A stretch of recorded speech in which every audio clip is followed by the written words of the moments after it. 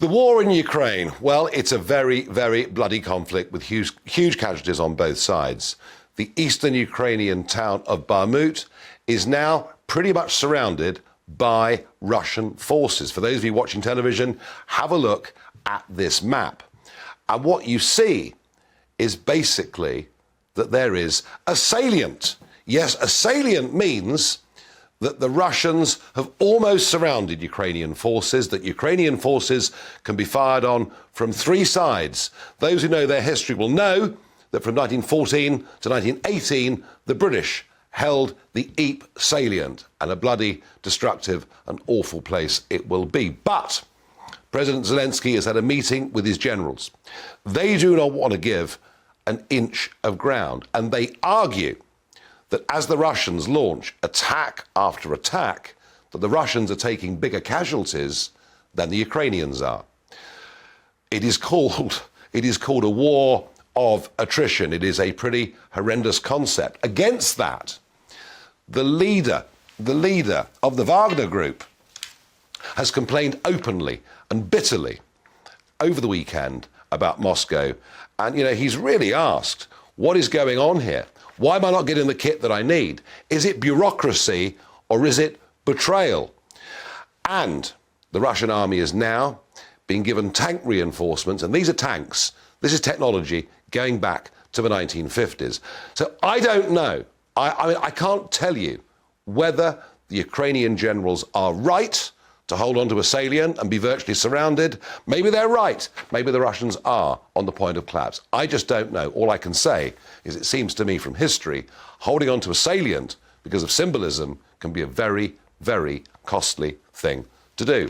Well, joining me is the Member of Parliament for Gravesham. He's a former army officer, and we never know with Adam Holloway. And indeed, the Conservative Party whips, I don't think ever know quite where Adam is. But he joins me right now, live from Kyiv.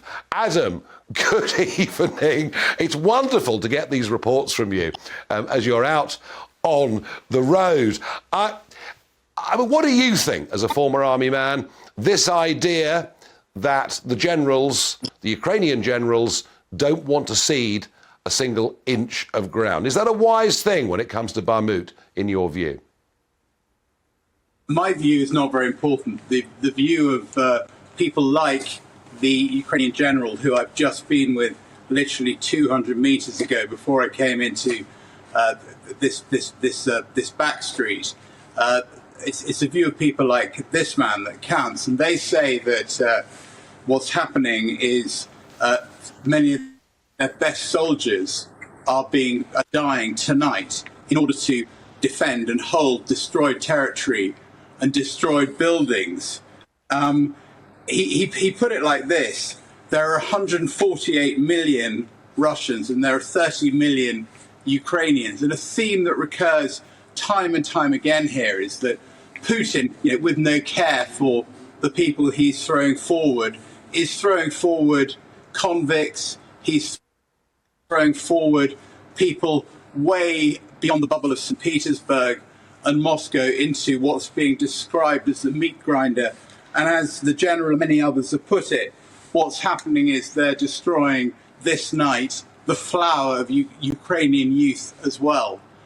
So this thing is, really quite out of hand in that respect. And I think that within the lower ranks of the Ukrainian army, what's happening at Bakhmut, which is in no way sort of key ground, strategic territory, is probably going to turn out to have been a big mistake, actually. Yeah, I have to say, Adam, I'm very interested to hear you say that, because it seems to me that almost holding on to Bakhmut, which effectively there isn't much of it left because it's been shelled flat. It seems to me that it is very much a sort of show of pride, and perhaps false pride, and maybe straightening the line might be and getting behind a defensive position might be a better thing to do. You've been to Ukraine repeatedly. One of the principles that one would observe in war is, sometimes you have to bypass things. We probably should have done that at Monte Cassino. So it's not for me to second guess the Ukrainians.